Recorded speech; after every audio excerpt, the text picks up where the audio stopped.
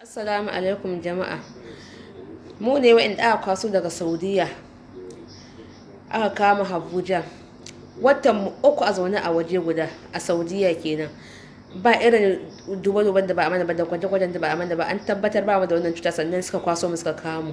Yanzu an zo an sauke mu muna Abuja, sun kama sun kaka mu a hotel. An zo an mana gwaji da kwana biyu sai yanzu da suka ce mana suka kira wa'insu daga cikin mu, kalilin daga cikin mu wai muna da wannan cuta.